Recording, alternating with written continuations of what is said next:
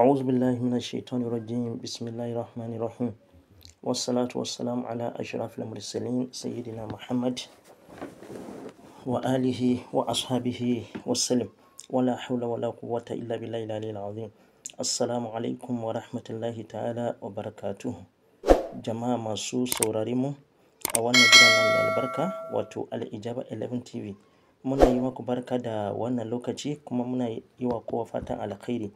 Muna addu'a muna roƙon Allah da dukkanin ibadunmu a cikin wannan wata mai albarka na watan Ramadana. Allah Ubangiji ya karɓa mana, Allah Ubangiji ya sanya mu a cikin bayi waɗanda za a yanta cikin wannan wata mai albarka dan girma Alkur'ani dan alfarma Sayyidina Muhammad Rasulullahi sallallahu alaihi wasallam. Jama'a masu sauraronmu, abin da muka zo maku da shi a wannan yammaci wato shine bayani kan nafilan daren 21 wato yon dare wato yon alhamis dare. Wannan shine nafilan da ake yi domin yon dare, yon alhamis dare shine daren 21 a watan Ramadana.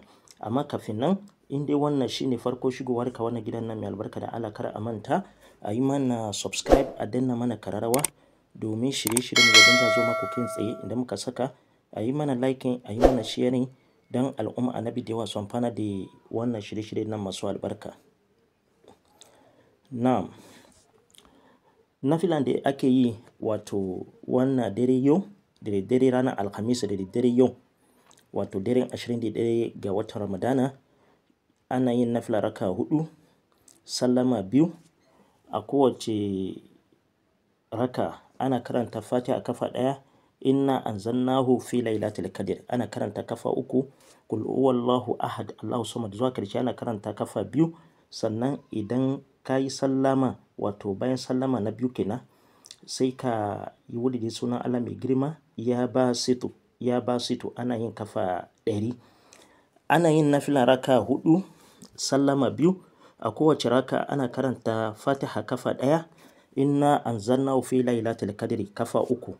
Sannan inna anzalnahu fi lailatul qadri zuwa karshe kafa 3 zaka karanta. Sannan sai a karanta qul huwallahu ahad Allahu samad zuwa karshe a karanta kafa 2. Idan ka hida da sallah da baki daya wato bayan sallama na 2 kenan, sannan sai ka yi wuri da sunan Allah mai girma ya basitu ana yi wuri din kafa 100. Allah Ubangiji ya karɓa mana a matsayin ibada, kuma dukkanin ibadunmu a wannan wata mai albarka Allah Ubangiji ya karɓa mana kuma ya sanya mu a cikin bayi waɗanda za a yanta cikin wannan wata mai albarka dan alfarma Sayyidina Muhammad Rasulullahi sallallahu alaihi wasallam. Jama'a kada a manta a yi mana subscribe, a danna mana kararrawa domin shirye-shiryen mu da dinga zo maku kai tsaye idan muka saka. A yi mana like, a yi mana sharing dan al'umma annabi da yawa su amfana da wannan shirye-shiryen nan masu albarka. Allahumma salli ala Sayyidina Muhammad wa alihi wa ashabihi wassalam. Assalamu alaikum wa rahmatullahi ta'ala wa barakatuhu.